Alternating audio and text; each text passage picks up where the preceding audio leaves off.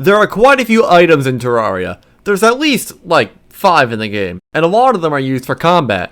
The majority of them are just fine. They work for the most part, and, well, they're just good at murdering things, really. With so many choices, there are bound to be a few that don't meet the same standards as the rest. I have a question for you. If you've ever been playing Terraria and thought to yourself, I sure wish I was more worthless, then yeah, this video is for you. I'll be reviewing some of these impractical items. Who knows, maybe I'll find a use for them. So if you're a ranger using, headache-inducing, stormbow abusing Giga Chad, now's your time to leave.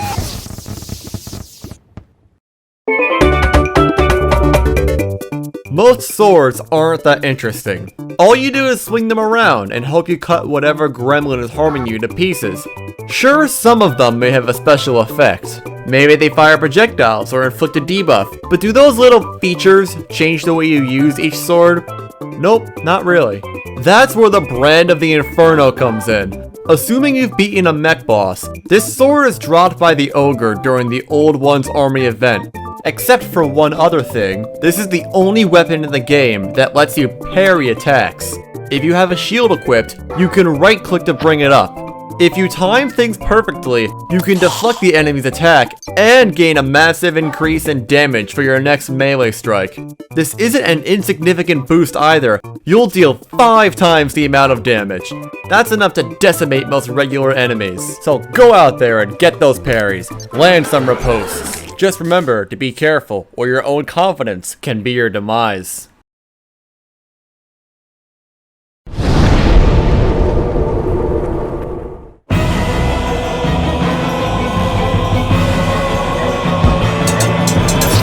Lances!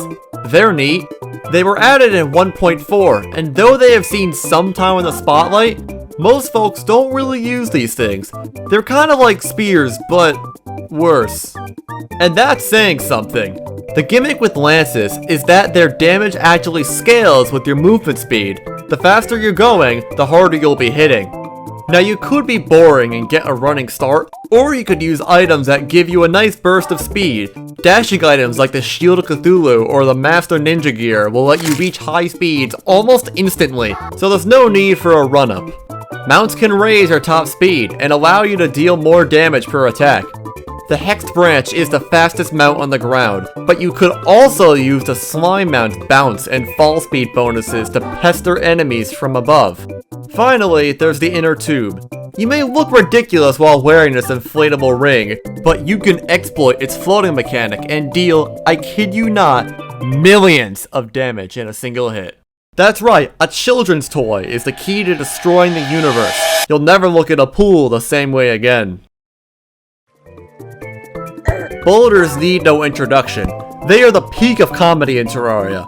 What can I say? Getting crushed by tons of rock is funny.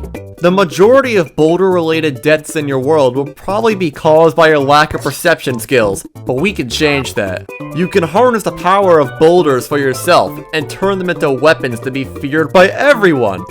If you want to mass produce them, you'll need to bring a bunch of stone to a heavy workbench.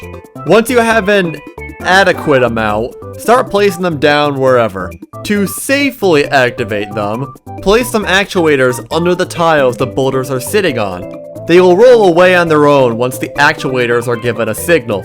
You could also whack them with a pickaxe, but be very careful. Boulders like to roll in random directions, so you could end up squashing yourself.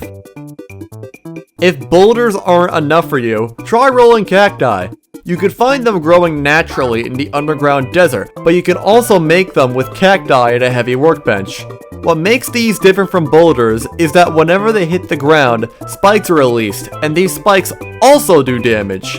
Anything in its way will be shredded to pieces.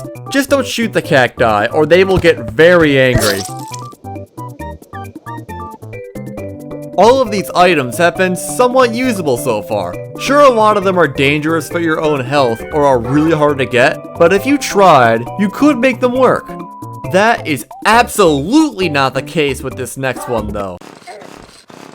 The lawnmower. The lawnmower. This is an item that exists, and it makes me very angry. If you somehow survive the underground desert, you can buy the lawnmower from the golfer, but honestly, why would you do that? This thing is somehow less usable than the copper short sword, and the copper short sword was hard buffed in 1.4, so the short sword is actually a good item now. There's nothing funny about repeating the same joke over and over. You would be better off using pretty much anything else. The lawnmower has no range, does little damage, and makes all the grass look ugly. Sure, mowing the lawn reduces enemy spawn rates, but look how awful this is. You somehow took one of the most repulsive tiles in the game and made it worse! How do you even do that? There's only one upside to the lawnmower, and that's the fact that you get to kill things with the lawnmower. It's fun running around being an absolute buffoon trying to go on a murderous rampage with one of the worst items in the game. Yeah, the lawnmower is better than the Mega Shark.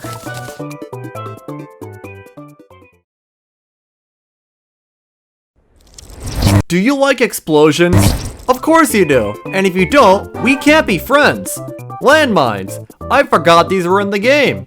Landmines are a trap you can buy from the demolitionist NPC. You don't need to wire it up, and can just place it on the ground. Anything that steps on it will take huge damage, which includes NPCs, enemies, and yourself. Most weapons at this stage of the game will be able to shred things faster, however, they are best used against other players. Seeing as they have a health pool of maybe 500 at the most, 2 or 3 landmines are enough to take out even the tankiest of builds. Contrary to popular belief, people do in fact have eyes. Landmines have a bright red glow, so they're easy to make out even at a distance. You can conceal them better by painting them. Using certain colors can make them really hard to spot depending on the terrain. This works so well that you might actually forget where you placed them and fall victim to your own trap. Before I get to the last thing, here's a bit of a quickfire round consisting of things I couldn't dedicate an entire section to. The Proximity Mine Launcher is a post-Plantera item that uses rockets to place mines on the ground that explode when something gets near it. They're kinda like regular landmines, except somehow even worse.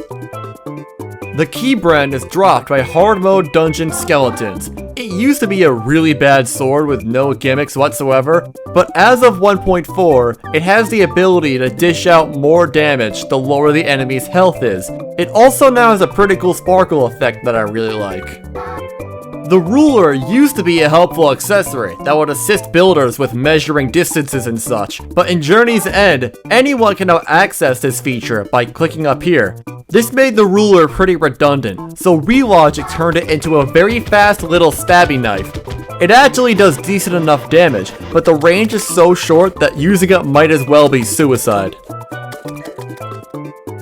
Is moving around too hard for you? Are you tired of using your brain? Do you just feel like not playing the video game? Well, I have the build for you. The Thorns class uses a lot of those seemingly worthless when an enemy hits or gets near you items and combines them to make the ultimate build for the laziest players. All you have to do is get hit and everything around you dies.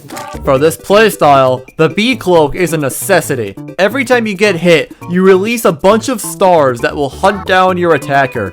The Spore Sack constantly generates homing spores around you, and the volatile gelatin makes you uncontrollably vomit orbs around.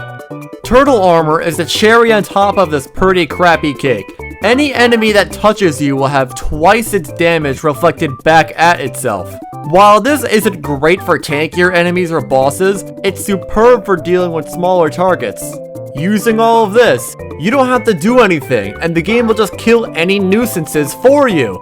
You'd probably be better off playing Summoner and having minions control the entire screen, but that's no fun. Masochism is obviously the best option.